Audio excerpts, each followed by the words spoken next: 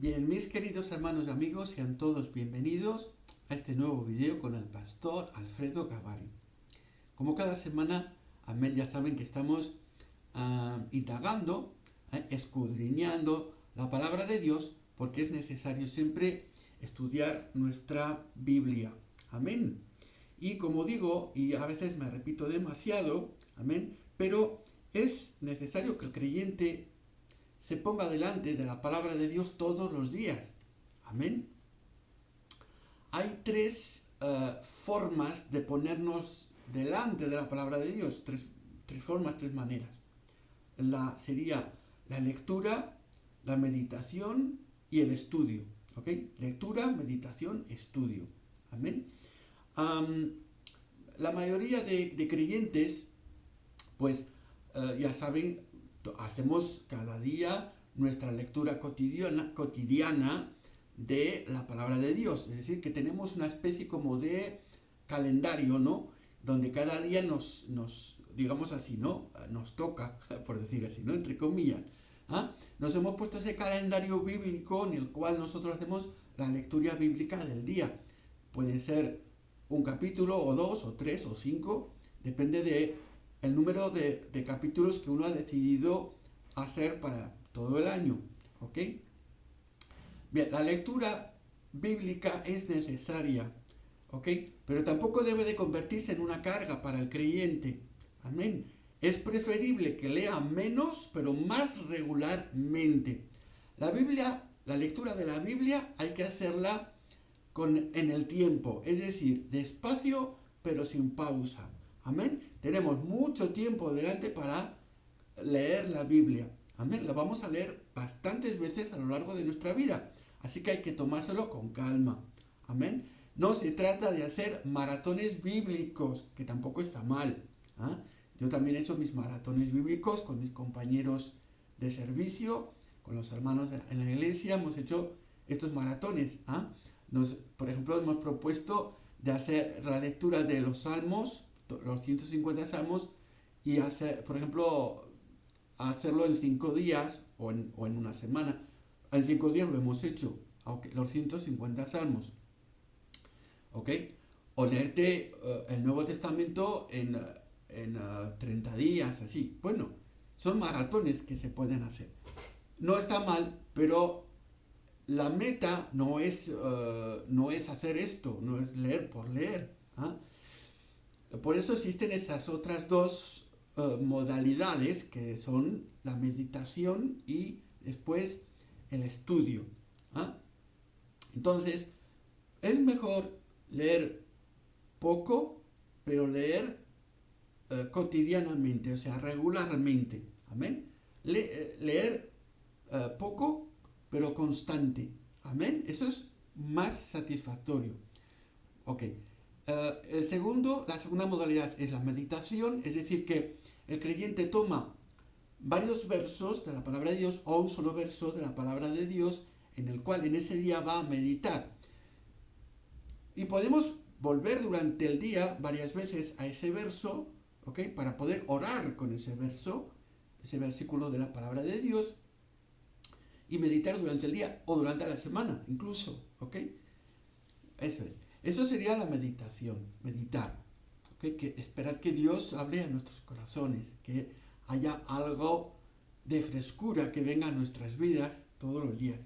Y después la tercera modalidad, esa tercera manera de acercarnos a la palabra de Dios sería el estudio. Es donde tenemos que coger el diccionario bíblico, ir a los textos originales, ver diferentes, por lo menos ver diferentes versiones de la Biblia, ¿ok? Diferentes versiones que pueden ser diferentes traducciones.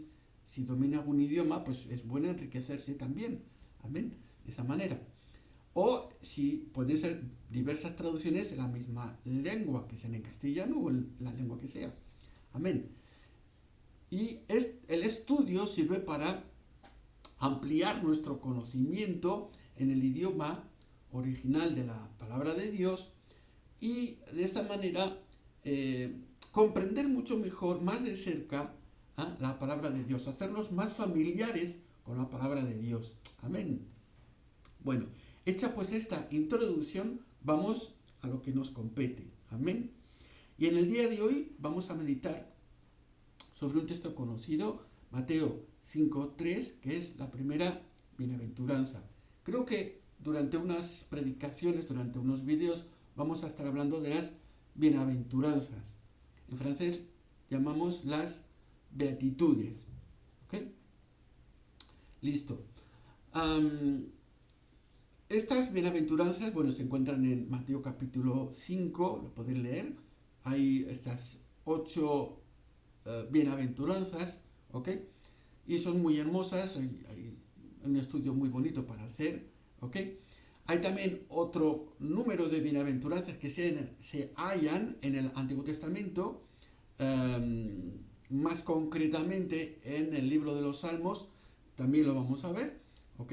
Hay por lo menos 7 bienaventuranzas en el libro de los Salmos, también lo vamos a poder ver, ¿ok? Por eso es mejor que tomemos algunas predicaciones o algunos vídeos suplementarios, ¿ok? Para que nos dé tiempo de meditar un poco en este tipo, ¿ok? De predicación. Amén. Bueno, vamos a ver el texto, Mateo 5:3. Bien, entonces Mateo 5:3 nos dice, bienaventurados los pobres en espíritu, porque de ellos es el reino de los cielos. Amén. Nos hallamos aquí ante un versículo que a veces ha sido, ¿cómo decirles? Interpretado de manera un poco arbitraria, ¿ok? Basándose solamente en la palabra pobre, bienaventurados los pobres, ¿ok? Bueno, no está mal en sí esa interpretación que se puede llegar a hacer, ¿no? De hacerse pobre, ¿ok? He leído de muchos hermanos, por ejemplo, que hablan de que así como Cristo, pues ha dejado, y hablan ahí de la humillación de Cristo, ¿no? Ha dejado, digamos, esa riqueza tan grande para hacerse pobre, ¿ok? Ha dejado su, no ha dejado, sino, quiero expresarme correctamente, ¿ok? La palabra sería anonadar, ¿ok? Ha anonadado, ha tapado, digamos, un poco, ha puesto algo encima de esa naturaleza divina, ¿ok? Para que se manifieste a nosotros de manera humana, ¿ok? Es lo que llamamos la humillación de Cristo, ¿ok? Y en teología es la doctrina de la tapeinosis. Bien, listo. Nombres va a parecer un poquito muy complicados. Ok. El ser pobres está bien. O sea, claro que hay que imitar, por supuesto, a Cristo. Amén. Él se ha hecho pobre para que nosotros fuésemos ricos. Amén.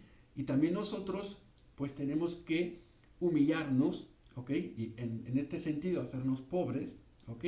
Para que podamos ser testigos, en primera persona, ser testigos del reino de los cielos, dar testimonio como buenos hijos de Dios y traer a las almas al arrepentimiento. Amén. Gloria sea para el Señor. Pero nos encontramos aquí en una expresión que puede ser a veces un poquito difícil de comprender, pero es una expresión en sí. En griego es una expresión. ¿Ok? Vamos a verlo en el texto griego. ¿Ok?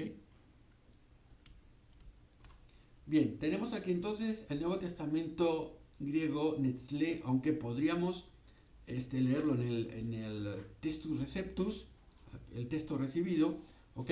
Y sería exactamente igual, no iba a cambiar nada, ¿ok? Bien, podemos leer entonces aquí, ¿ok? Esto vamos a dejarlo así, ¿ok? Makari obi tohoi to neumati, ¿ok? Y tenemos aquí esta parte, ¿ok? Tohoito neumati, y esas son dos cosas que son juntas, es decir, es una expresión idiomática de ese tiempo, ¿ok?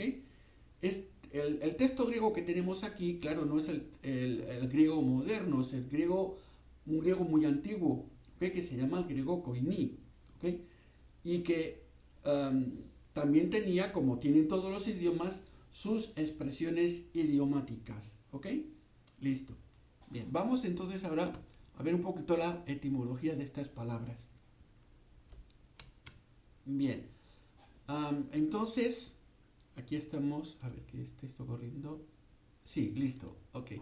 Bien, les he preparado aquí unos pocos apuntes, ok, para poder hacerlo más dinámico, ok. Entonces, en este estudio etimológico de estas palabras, vamos a ver dos palabras que se encuentran en este texto, en esta expresión, y que son dos palabras antónimas, es decir, dos palabras que son contrarias, ¿ok? Una es la contraria de lo otro, ¿ok?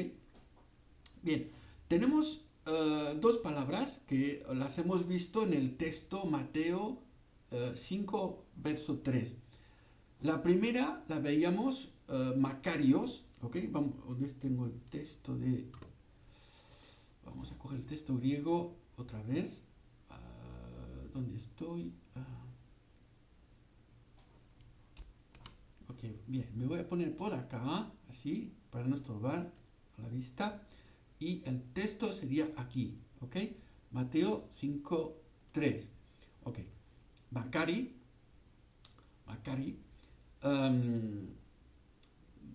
En algunos textos pueden encontrar Macari, aquí sería Macarioi o Macarios, ¿ok? Macarios. Bien, vamos a esta primera parte, ok, lo tenemos acá, Macarios, ¿ok? Sería, es lo que la palabra Macari o Macarios, aquí tengo Macarios, ¿ok? Macarios. Y es la palabra o el adjetivo, es un adjetivo, y también, cuidado, es un nombre propio.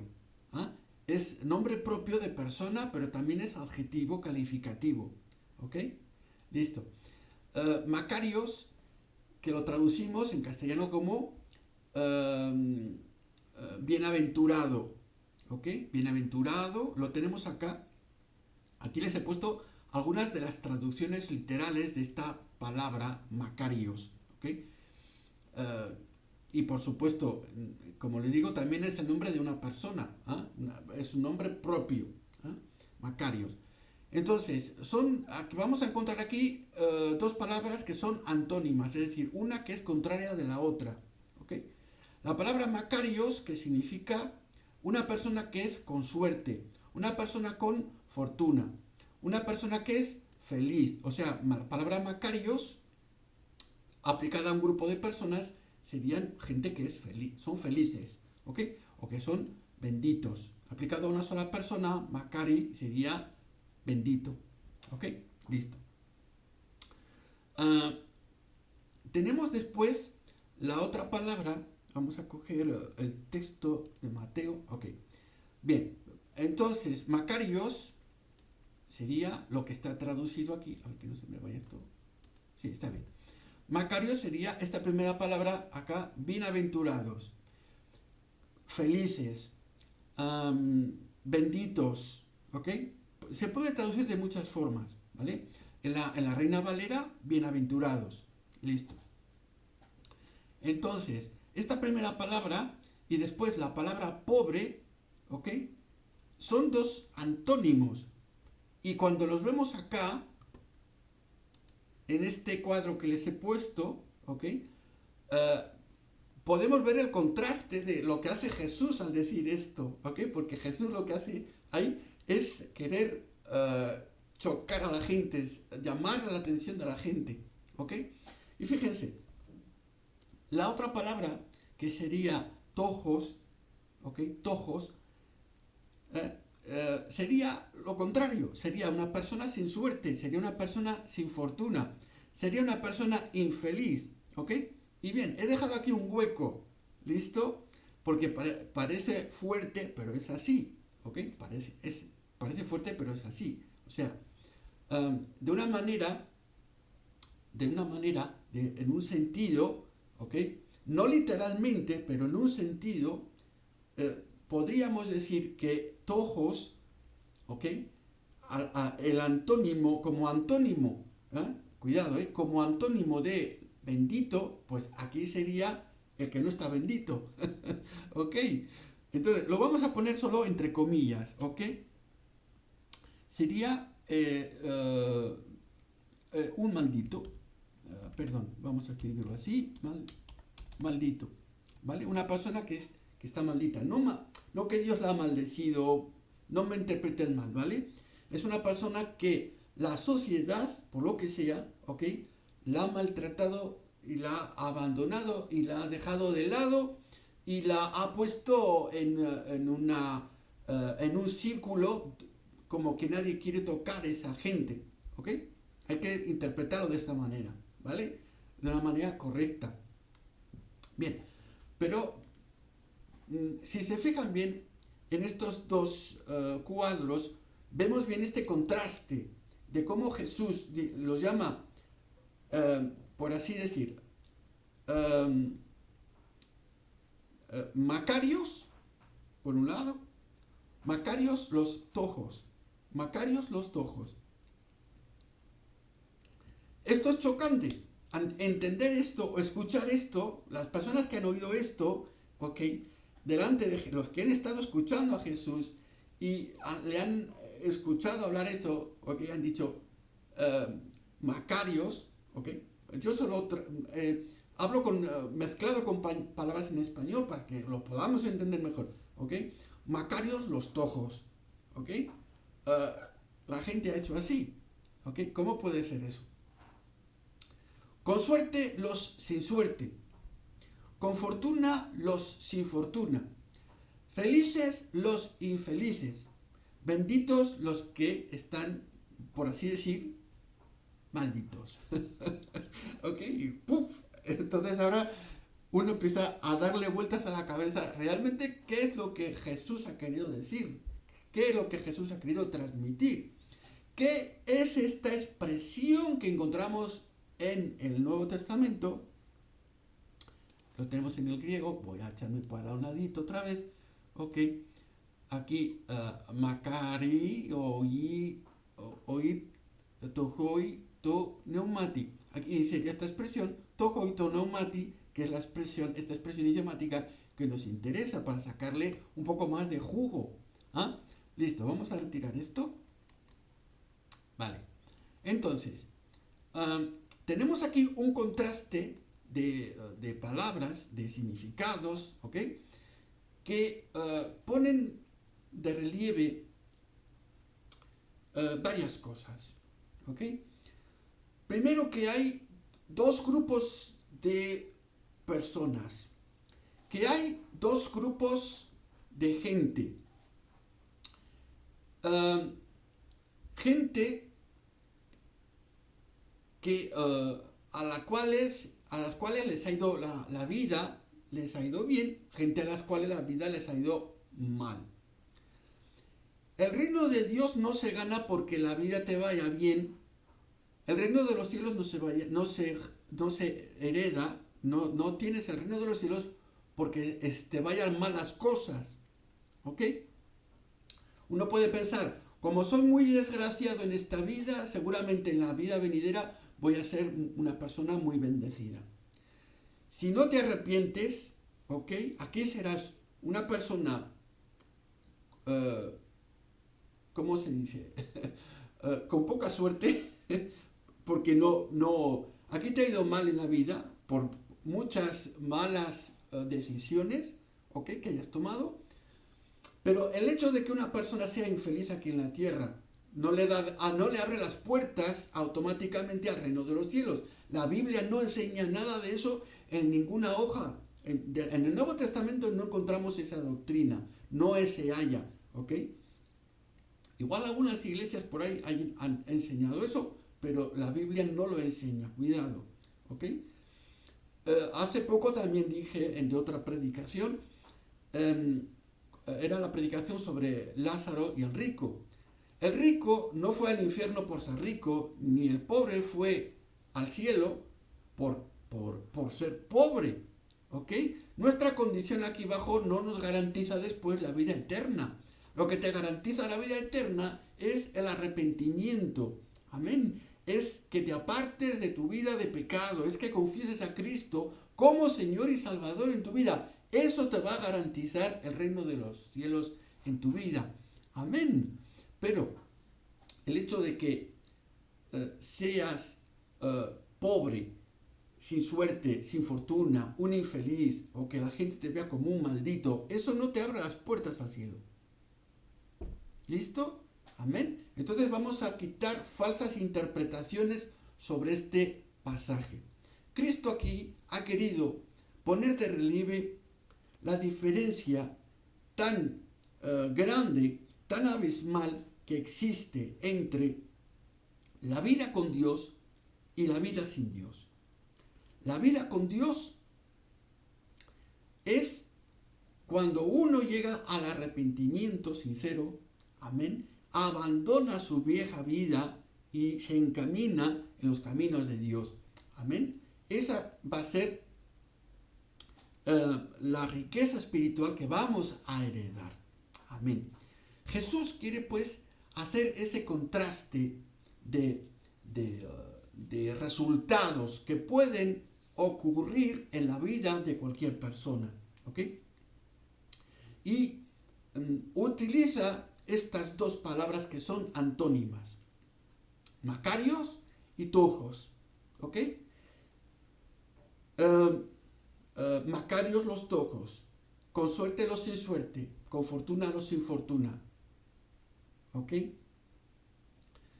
Pero habla después, hay otra palabra que se junta con la palabra tojos, ¿ok? Que la vamos a ver aquí abajo, ¿ok? Tojos.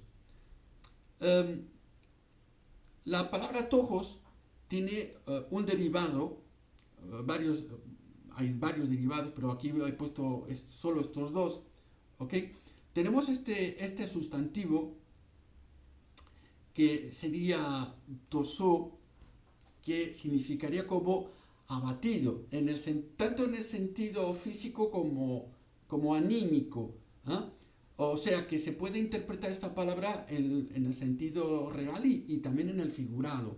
Es decir, la palabra tojó, que es esta que tenemos acá, tojó, y tosó, las dos tienen una misma raíz, ¿ok?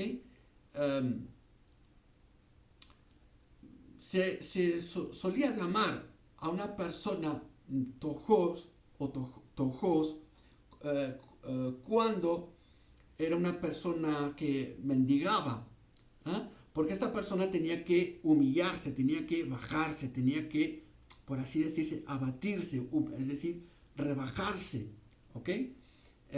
Tenía que estar más bajo que los otros, ¿ok? Una persona que le llamaban tojos, pues ese era un mendigo, una persona que estaba pidiendo dinero, ¿ok? Bien, entonces tenemos aquí esta palabra, primero aquí como sustantivo, después tenemos aquí el verbo que sería aquí, sería tisó. Este sería un verbo, pero también es un derivado, es algo más parecido, ¿no?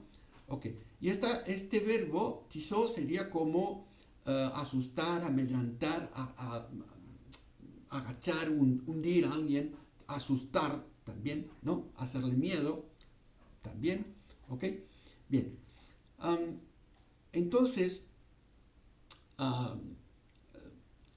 Jesús quiere poner, por supuesto, de relieve esa diferencia, ¿ok? Esos dos mundos, ¿listo? Cuando Cristo se dirige a las multitudes, delante de él hay muchos pobres, hay muchos mendigos, hay gente muy necesitada, pero no solamente necesitada de alimento, ¿ah? Sobre todo de lo que alimenta adentro del alma. Amén. Gente que ha sido, digamos así, castigada en este otro sentido. ¿Ah? Tisó. O sea, en el sentido de que ha sido humillada. Gente que ha sufrido los golpes. ¿Ah? Y están delante del Cristo. Amén. Están delante de nuestro Señor. Y cuando nosotros también hemos venido al conocimiento de la palabra, nos hemos encontrado en la misma situación, porque éramos más o menos así, tojos.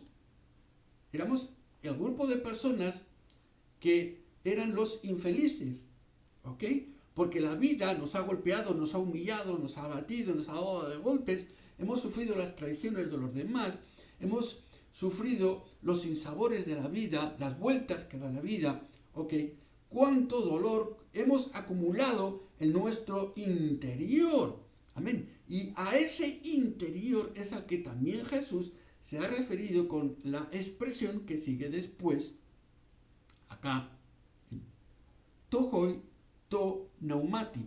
Aquí tenemos la palabra neumati, ¿ok? La palabra neuma, la tenemos acá, a ver, le voy a quitar el color para que lo vean. Y el negro dejaríamos la palabra neuma, ¿ok? Neuma se refiere al espíritu, ¿ok? Al espíritu, más al alma, ¿ok?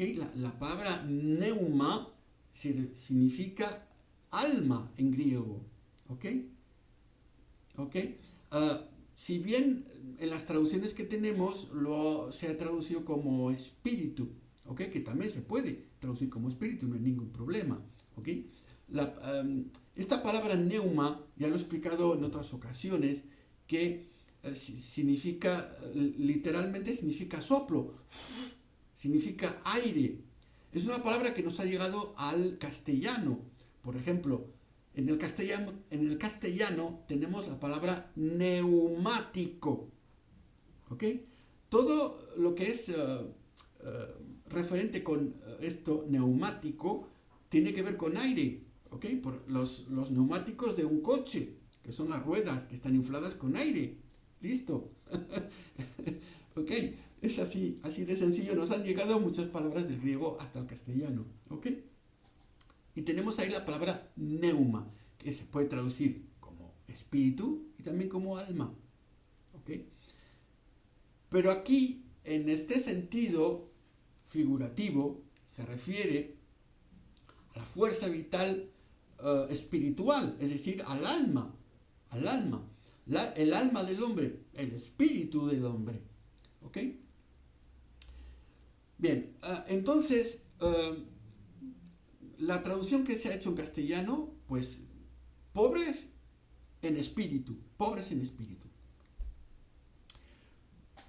Ahora, todo el Nuevo Testamento hace hincapié de que el creyente debe de ser todo lo contrario, ¿no? Rico en espíritu. Porque tenemos sobre nosotros todas las riquezas espirituales. Nosotros cuando predicamos la palabra de Dios, insistimos con la palabra de Dios en la mano de que el creyente debe de tener una vida rica en el espíritu. ¿Ok? Entonces parece una especie como de contradicción, ¿no? Sí, a ver, ¿qué significa exactamente esta expresión idiomática en griego?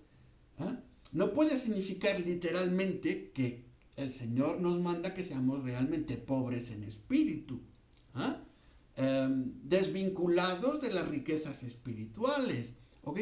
O algunos interpretan o han interpretado como vivir humildemente, tener una humildad, solo que esa humildad que han interpretado muchas veces ha sido una falsa humildad, una capa de barniz que se han puesto muchos creyentes, ¿no? O sea, lo llamamos también una falsa humildad. El Señor no nos manda ni nos predica en este sermón del monte de que nos vistamos de humildad que no es real. ¿Ok? Todo lo contrario. Entonces, en la palabra de Dios, mis amados hermanos, lo vamos a ver ahora mismo, que en las cartas de Pablo vamos a ver un ejemplo muy claro. Voy a dar un par de ejemplos nada más para no ser demasiado extenso, pero vamos a ver que lo que el Nuevo Testamento nos dice es que tenemos que ser ricos en espíritu, ricos en el espíritu. Esta expresión, ricos en espíritu, existía en griego del tiempo, y la encontramos en una carta la carta de Bernabé. La carta de Bernabé no es ¿cómo se dice? Un libro que se ha puesto en la Biblia, ¿okay? No es un libro que es del siglo I, que es lo que llamamos de los padres de la iglesia, ¿ok? Entonces, los libros de los padres de la iglesia también se han dividido en capítulos y en versículos para poder ir directamente a un pasaje, ¿ok? Pero no forman parte de lo que le llamamos el canon bíblico, ¿ok? Bien, podría haber estado, quién sabe. Ok, bien. Entonces, hago una pausa para poner ese texto que vamos a enumerar, solo para ver que lo que en el Nuevo Testamento vamos a ver es una insistencia continua a llamarnos a vivir en la riqueza espiritual. Ok, bien, rápidamente vamos a leer en Efesios 1:3 y nos dice: bendito sea el Dios y Padre de nuestro Señor Jesucristo, que nos bendijo, fíjense, con toda bendición espiritual en los lugares celestiales en Cristo. Amén. Entonces, toda bendición espiritual, eso es riqueza espiritual, riqueza en el espíritu. Amén. Entonces, no podemos interpretar, como algunos han querido, de que el creyente debe de tener como una especie de modestia, o que como de humildad, que al final se convierte en falsa humildad y es una especie de barniz que hay por encima que oculta todo lo que hay dentro. ¿Ok? Entonces, por favor, interpretemos correctamente la palabra de Dios. Amén. Jesús no quiere que vivamos en pobreza espiritual. A eso Jesús no nos ha llamado. Amén.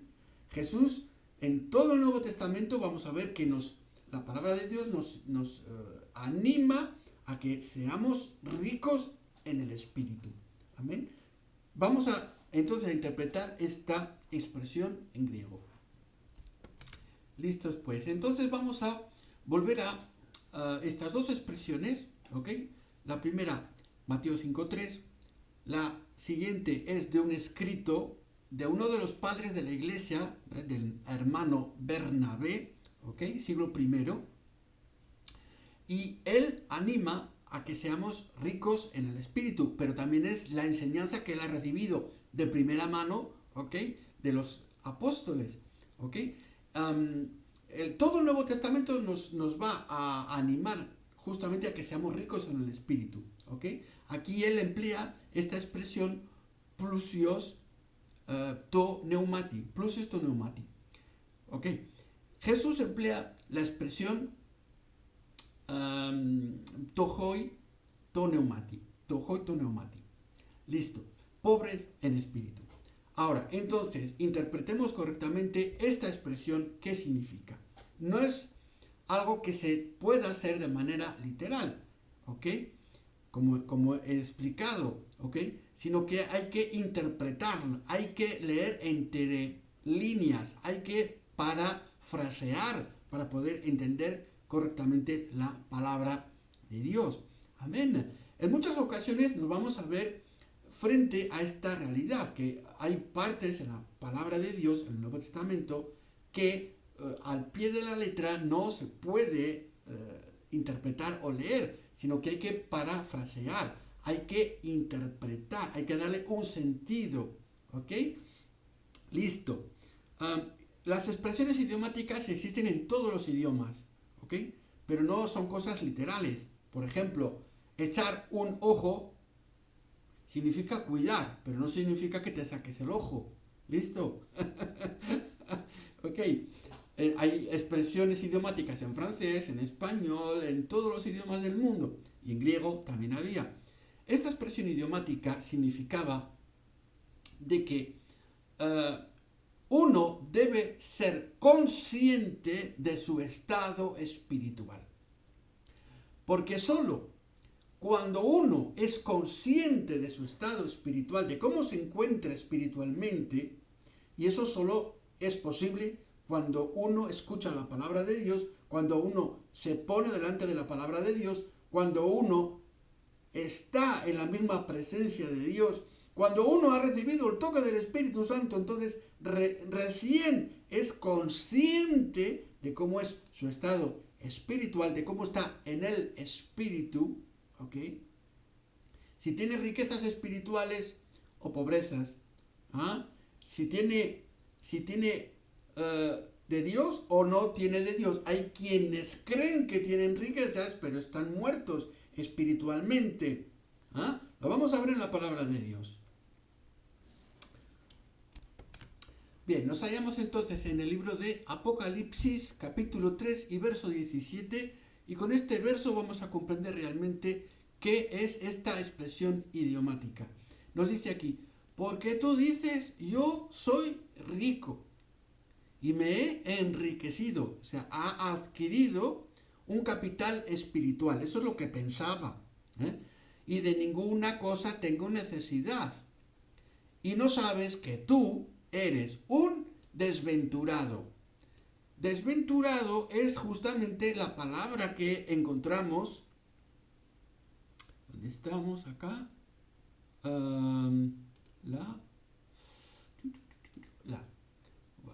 Donc, sería esto, sería lo contrario.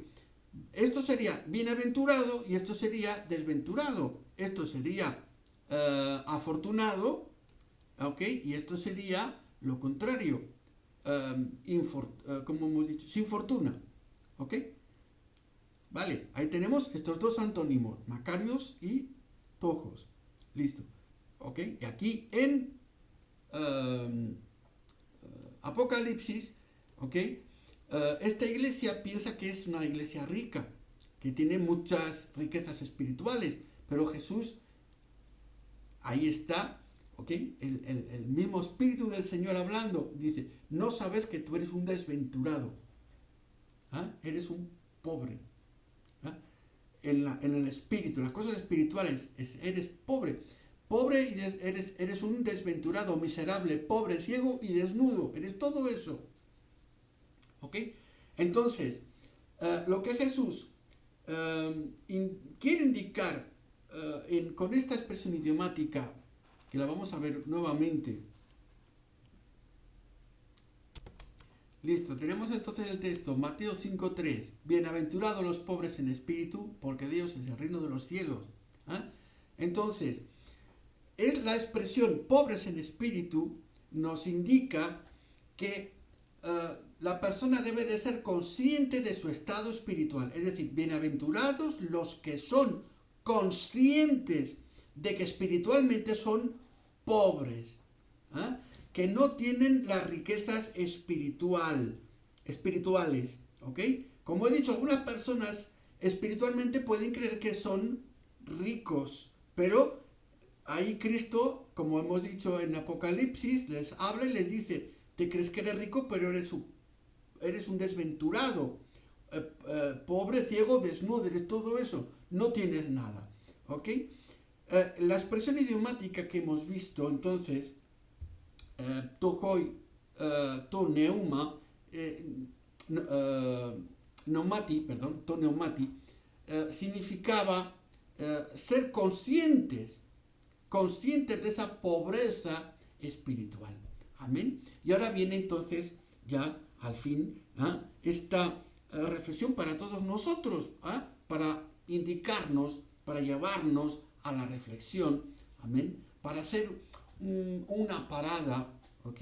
Y ver cómo nos encontramos nosotros, amén, en qué estado nos encontramos nosotros. la palabra de Dios nos dice que somos bienaventurados, ¿ah? Que somos, como dice también, felices. ¿Ah? Si nosotros llegamos a vernos por dentro, cómo somos, porque entonces el reino de los cielos es nuestro. Como he dicho al principio, el reino de los cielos no lo ganas porque eres pobre ni porque eres rico. El reino de los cielos no lo ganas por ser bueno aquí en la tierra o porque te han dado muchos palos y has sufrido mucho. Y como he sufrido mucho aquí, allá me va a ir mejor. ¿Ah? Tienes que reconocer cómo te encuentras espiritualmente para poder llegar al reino de los cielos.